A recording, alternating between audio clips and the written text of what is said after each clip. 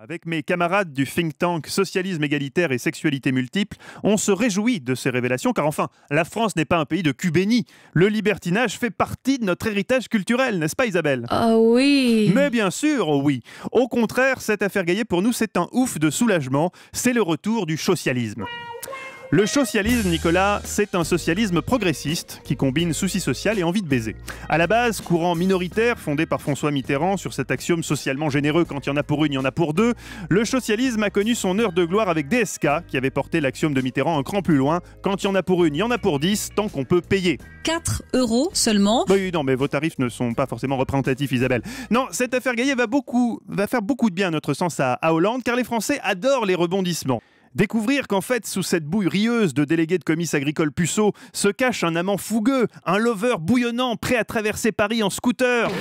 Tel un livreur Planète Sushi, pour aller batifoler avec une actrice en vue dans une garçonnière subventionnée par la mafia corse. Ça, c'est du scénario, Nicolas. On dirait un mauvais San Antonio ou un bon SAS, c'est pareil.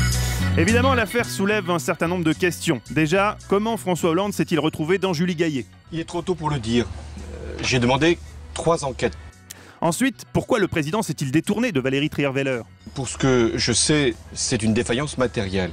Est-ce qu'elle a été provoquée par un défaut d'entretien ou par une vétusté? Ça nous obligera à tirer des conclusions.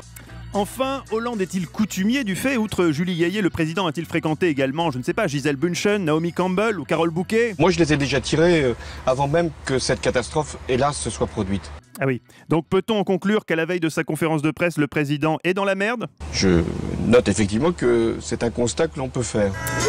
Reste, Nicolas, cette question entêtante. Pourquoi, au lieu de faire ça comme tout le monde à l'hôtel Ibis, Hollande a choisi un repère de la mafia corse? Pourtant, ses services de sécurité avaient mené une enquête extrêmement rigoureuse.